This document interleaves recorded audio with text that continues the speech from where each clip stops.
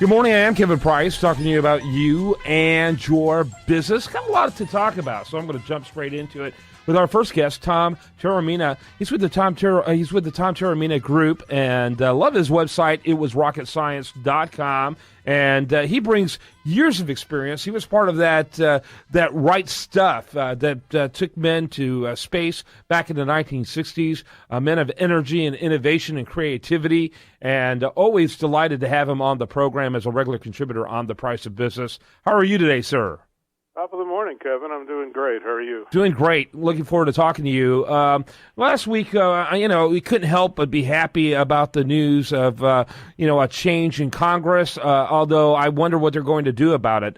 And you suggested that as a topic for today's show, and I thought that was an excellent one. It was the most sweeping change in electoral politics in over 50 years.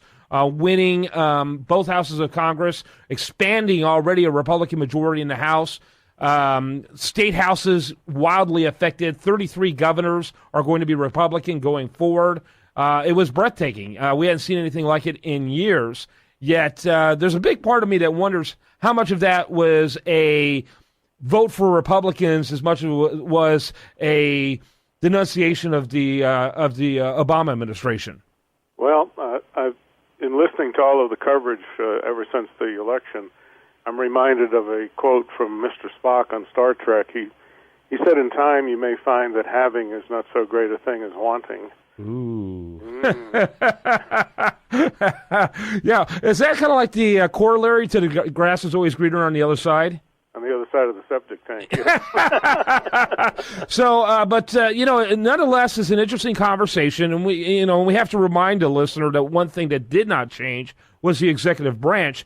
And this is a very, very, far-reaching executive branch. It's safe to say, wouldn't you say? He'll do things by caveat. He'll do things by executive order that no president has done before. So, and he certainly, I don't think, will have any problem vetoing things. Which it will be fun to project him as President No, as he's projected to Congress as the do-nothing Congress. But let's talk about it. What's your thoughts? First of all, just on the election returns itself, but your hopes as far as what the GOP can do in creating an environment that would make manufacturing grow in this country, which is one of your great passions. It is, and my first question to everyone is, the congressional races and the gubernatorial races are decided by our vote. So a majority of the electorate, us, spoke up last week. When we get to the 2016 elections, we're going to be doing the same thing in Congress, but we're back to this ridiculous electoral college nonsense in believing that we're still illiterate people and we need an electoral college to vote for president. So I'm a bit concerned about that. But you're against electoral college? Oh yes, I think it's like. Wow. I personally think it's the only thing that has stood between us and total chaos and dictatorial government. The idea, if you eliminate the electoral colleges, 10 major cities will be able to control. They'll never do another commercial in Iowa again. 10 major cities will determine who the next president of the United States is. One advertising buy in those cities. 9 of those 10 cities are always going to vote Democrat. Those collectively have enough votes. You'd see the end of rural votes mattering again. The reason the Electoral College existed was to protect the states, which was one of the pivotal roles of the federal government being created by the state. So I agree with you on almost everything, but I'd have to disagree with you on this thing. I hope to God we never give up the Electoral College. It's the last stand between us and third world government, I think. Well, I look forward to a spirited debate with you on that topic sometime in the future. But right now we have this opportunity in front of us. Free market is the cornerstone of fiscal conservatism, and this is the time for us to say, okay, we have a majority. What in the world are we going to do with it? Are we going to return to constitutional law? Are we going to return to free enterprise?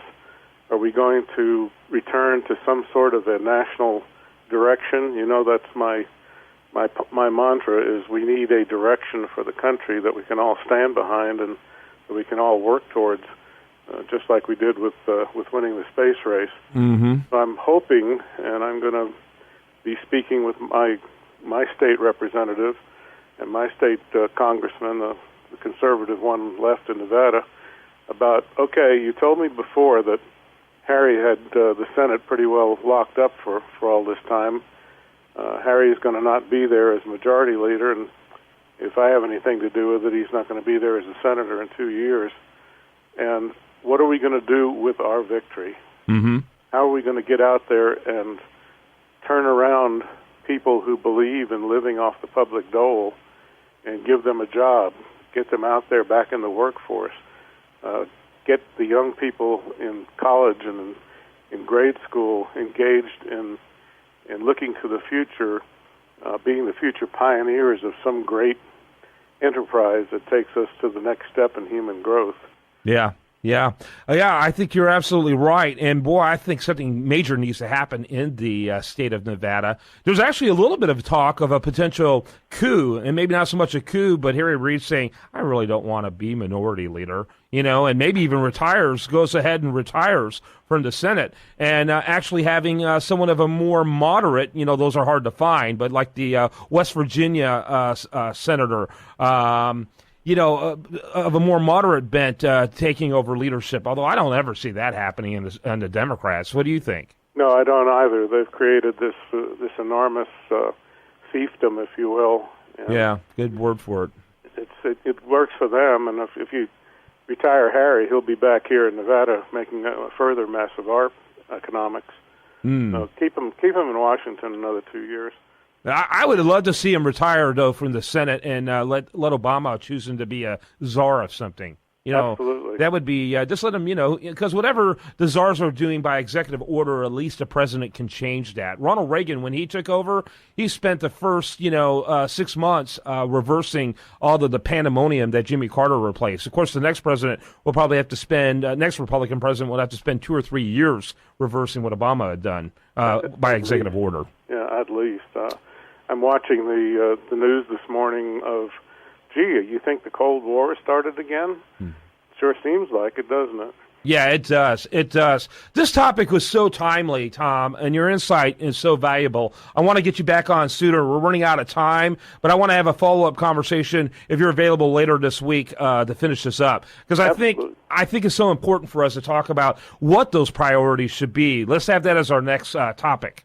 Absolutely, and I have a plan, so I'll be glad to share that. Well, we're going to elaborate on that. We'll coordinate that with Cindy and get you back on ASAP. Tom Taormina, he's brilliant and a regular contributor on The Price of Business. Check out his website. It was Rocket Science.